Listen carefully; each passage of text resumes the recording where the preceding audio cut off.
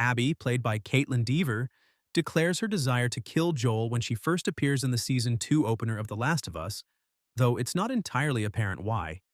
Future Days, the first episode of Season 2 of The Last of Us, takes place 5 years after the events of Season 1. However, the debut episode briefly examines the fallout from Joel's actions in the Season 1 finale prior to the 5-year time leap. After Joel's massacre, Abby and the other Fireflies who are still alive bury their dead in a field close to the hospital in Salt Lake City. Abby and her companions ultimately arrived in Jackson at the end of the premiere episode. They are sleeping at a chalet in Through the Valley, the second episode of Season 2 of The Last of Us, while they plan their next course of action against Joel. Since Jackson is much too large and equipped to enter, Owen and the others are prepared to quit and turn around, but fate gives them Joel with ease. After bringing Joel back to the chalet, Abby uses a shotgun to shoot him in the leg and discloses her very private motivation for doing so. Joel killed Abby's father in The Last of Us Season 1. Abby intends to exact revenge on her father, Jerry, by killing Joel. Joel eventually brought Ellie to the Fireflies at the conclusion of Season 1 of The Last of Us. Ellie's immunity could be cured, they verified, but the procedure would result in her death. Joel had grown to love Ellie as if she were daughter by that time, and he had already lost daughter, so he had no intention of letting it happen again. Joel then lost his temper and slaughtered all of the hospital's Fireflies. Joel killed the surgeon who was going to remove Ellie's brain when he arrived at the operating room because he attempted to stop him. Jerry Anderson was that surgeon, and his daughter Abby was devastated by his sudden passing. For the following 4 years, 5 years in the TV series, she was solely bent on tracking down Joel and getting even. Abby and her pals traveled to Wyoming to finally finish their quest for vengeance after finding out that Joel's ex-Firefly brother Tommy had last been spotted in a Jackson settlement. Was Abby around during The Last of Us Season 1?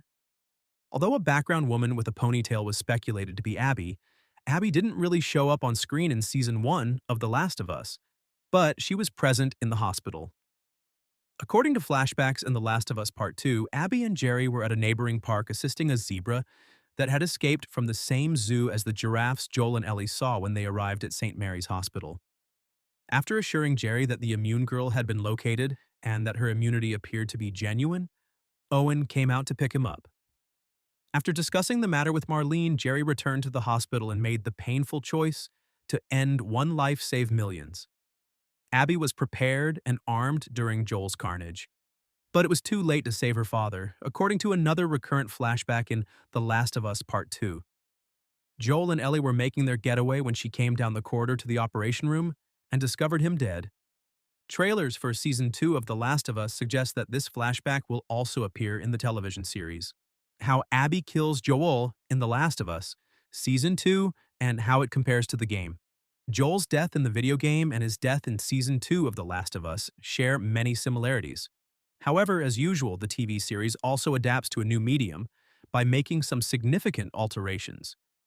The primary distinction is that Joel, rather than Dina, is on patrol with Tommy in the game.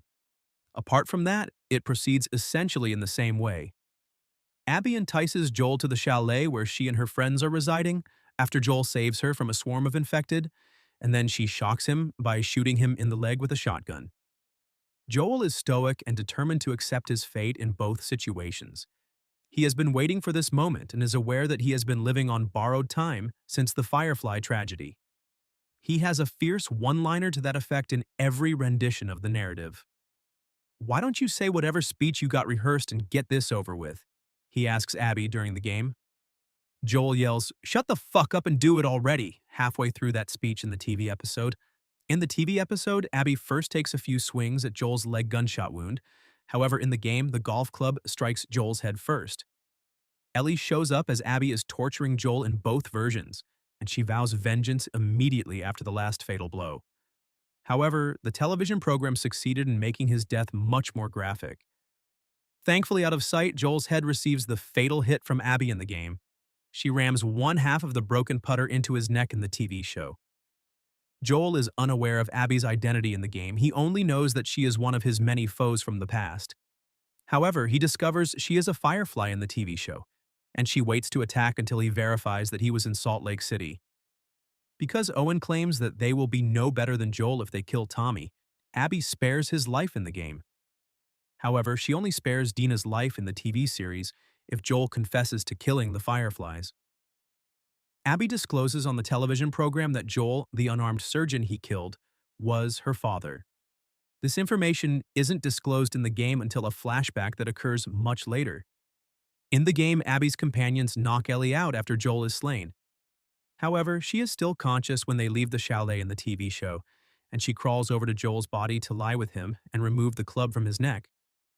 The scene is even more depressing than it is in the game because of this brief extra moment. Why Abby killing? Joel was so controversial in The Last of Us Part 2. The sequence in which Abby kills Joel in The Last of Us Part 2 caused a deal of criticism and outrage among a loud minority of players. Many people anticipated that the second game would be more about Joel and Ellie's relationship because that was the main focus of the previous one. However, Naughty Dog's decision to kill their fans were anticipating. While many players were amused, others were outraged. There was a lot of conjecture that Joel might die throughout the game's promotional drive. Therefore, Naughty Dog published a trailer that included a fictitious scene with Joel to confuse viewers and maintain the surprise. Because viewers who weren't pleased with Joel's passing felt deceived, this eventually strengthened the outcry. Unquestionably, the dispute had a misogynistic slant. The reaction would not have been as harsh if Joel had been murdered by a man. Due to the activities of a fictional character, Laura Bailey, Abby's voice actor, endured terrible online harassment and even death threats. Hopefully, the criticism of Joel's passing in Season 2 of The Last of Us won't be as harsh as it was in the video game. In order for the audience to at least understand Abby's perspective, the TV show purposefully chose to disclose her identity and intentions up front. This time, the answer ought to be a little more balanced.